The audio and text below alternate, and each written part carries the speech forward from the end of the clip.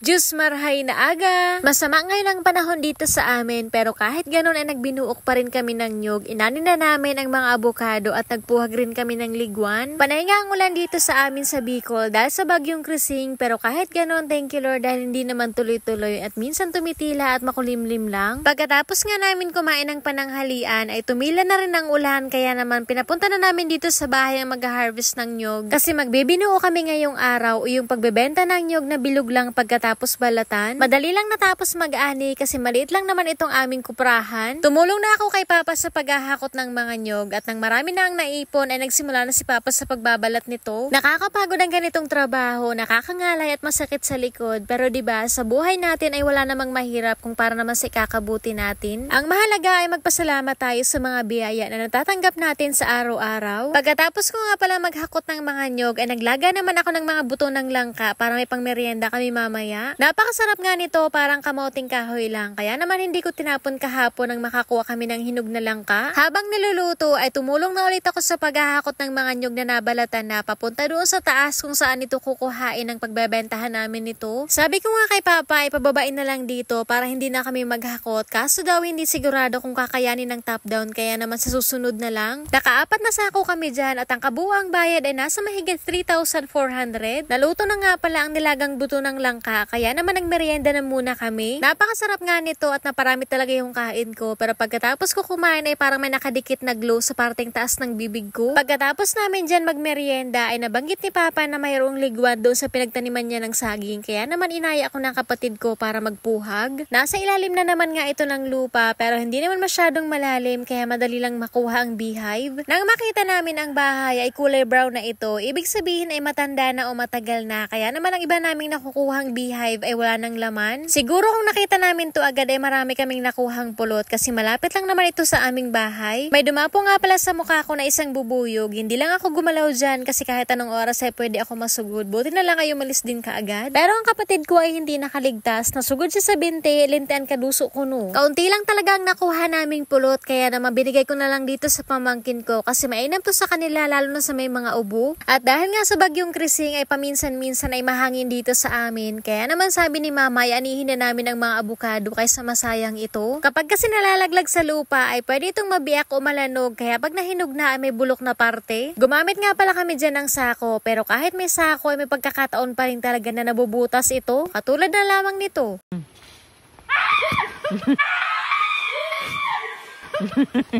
Nandito rin pala ang pamangkin ko sa gilid nanunood sa amin kahit umuulan ay hindi talaga mapigilan lumabas. At eto nga pala yung lahat ng nakuha namin. Thank you Lord sa blessing. Shoutout nga pala muna kay Jan Marlon Porlahe. At hanggang dito na lang muna. Maraming salamat po sa panonood. See you in my next vlog.